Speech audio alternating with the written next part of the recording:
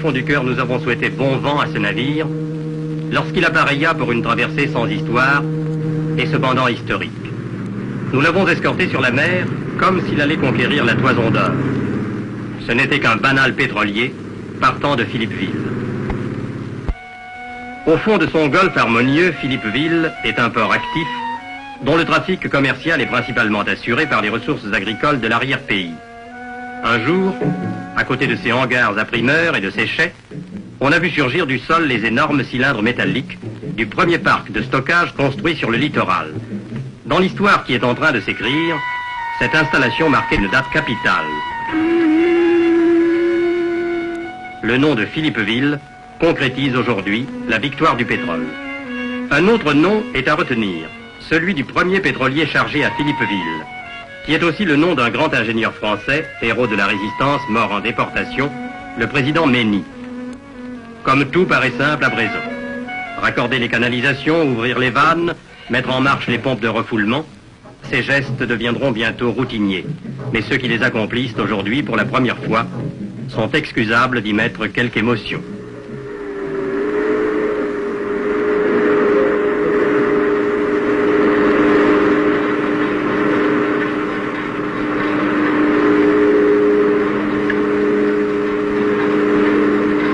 Entre les bacs et le navire à quai, l'opération de la transfusion de pétrole a commencé.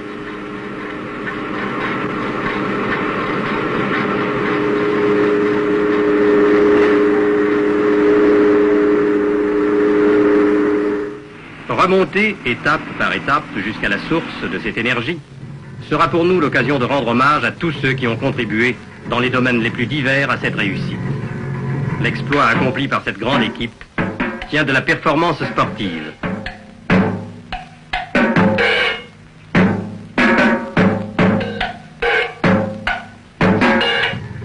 Entre le jour où le premier douanier est venu en gare de Philippeville contrôler le premier convoi et celui où la sonde d'Hassim Messaoud avait plongé dans la nappe, 20 mois à peine s'étaient écoulés.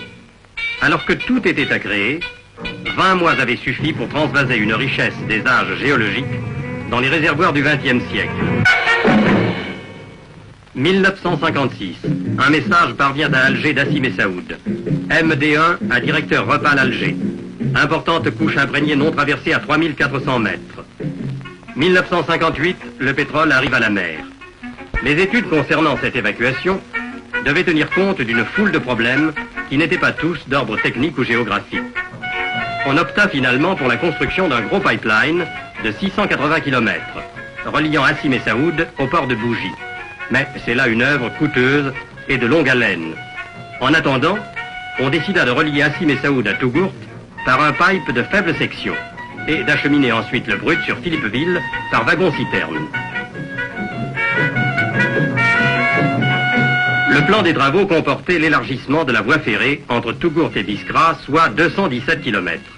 Pendant les mois torrides de l'été saharien, alors que l'acier chauffait parfois à 80 degrés, 1200 hommes menèrent à bien cette tâche, avançant à un rythme qui atteignit 2 km par jour.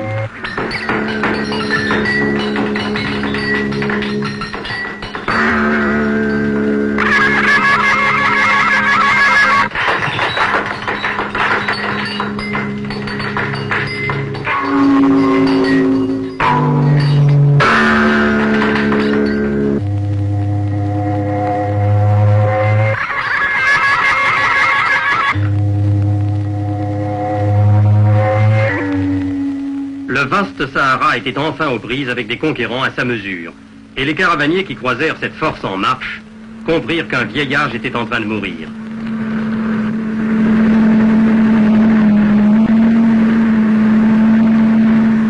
Sur les plaines dénudées et sans fin, des machines semblables à d'énormes charrues allaient creuser le premier sillon qui a fait naître le Sahara à une vie nouvelle. L'émulation saharienne avait eu des résonances lointaines. Dans les délais prévus, Tougourt vit arriver les éléments du pipeline usiné dans la métropole. L'installation du pipeline, long de 180 km, allait durer tout juste un mois.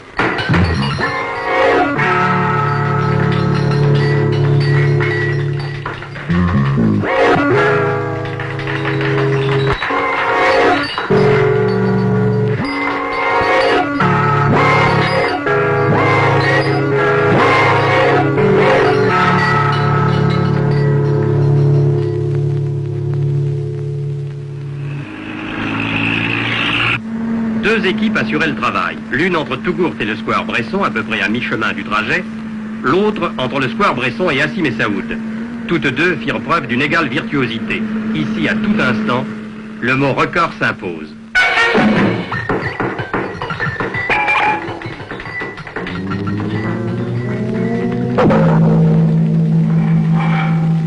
La construction d'un pipe enterré est une entreprise qui fait appel à toutes sortes de techniques très différentes. Elle suppose donc une entente et une coordination d'efforts qui s'expriment ici par un chiffre. Le pipeline a progressé dans le désert à la moyenne de 5 km par jour.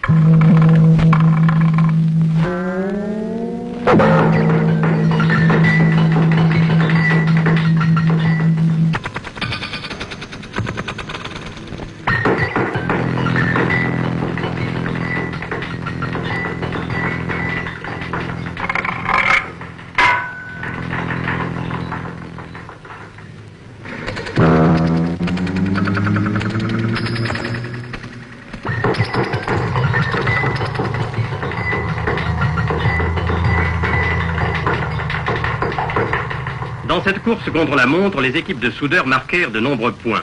C'est de leur travail surtout que dépend la solidité de l'ouvrage. Et il n'est pas question ici de sacrifier la qualité à la rapidité. Les 16 groupes de soudure ont réussi pourtant à soutenir le rythme effréné de cette progression, tout en satisfaisant aux vérifications les plus minutieuses.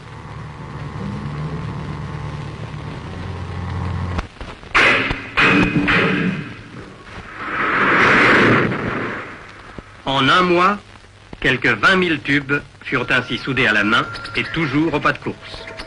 Au fur et à mesure que les soudeurs avancent, l'armée des spécialistes opère à l'arrière-garde.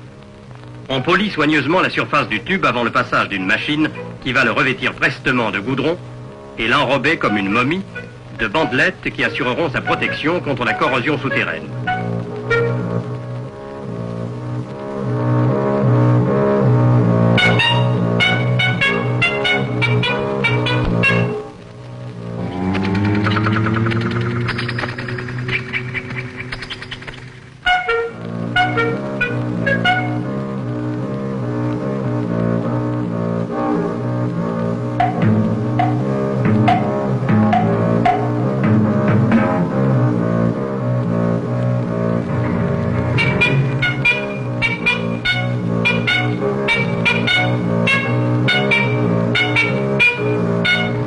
Il ne reste plus qu'à déposer délicatement le pipeline dans sa tranchée et à rabattre le talus sur lui.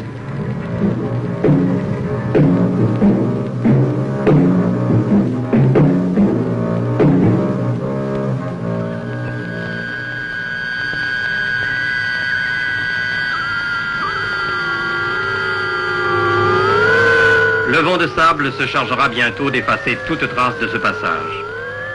Mais il s'épuisera en vain à niveler ce désert qui a cessé d'être un morceau de planète morte, certains jours de juillet 1956, au lieu dit Hassim Messaoud.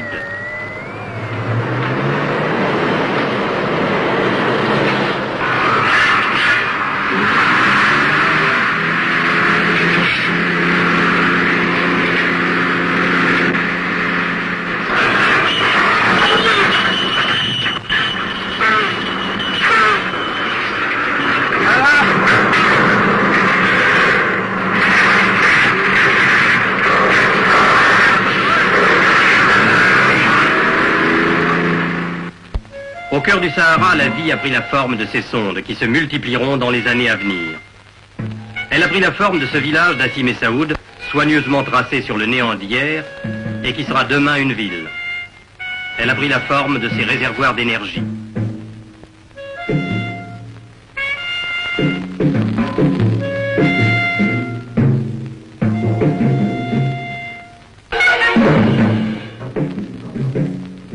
La vie a commencé à couler dans le désert à l'instant même où l'on ouvrit les premières vannes.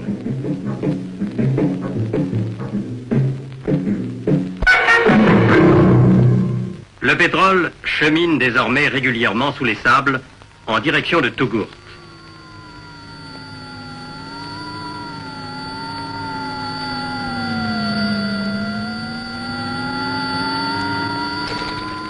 Il fait ensuite une halte dans les bacs de stockage au terminus du pipeline.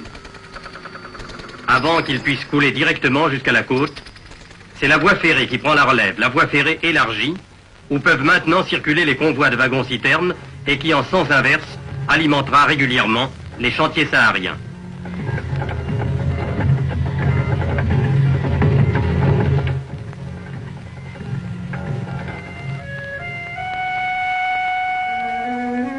Le train du pétrole traverse Biskra, l'oasis des dattes de miel, la capitale des Ibanes qui s'échelonne au pied de l'Atlas saharien.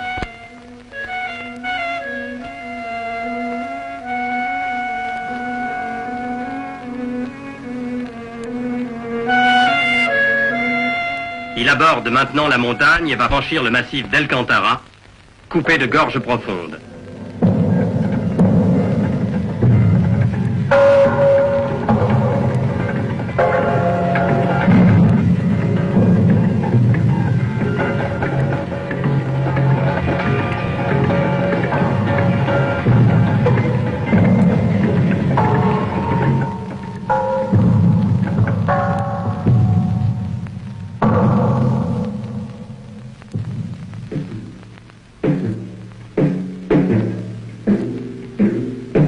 Voici enfin Philippeville, où attend le dernier maillon de la chaîne qui unit désormais le champ pétrolifère d'Assim et Saoud au port pétrolier de l'Avera.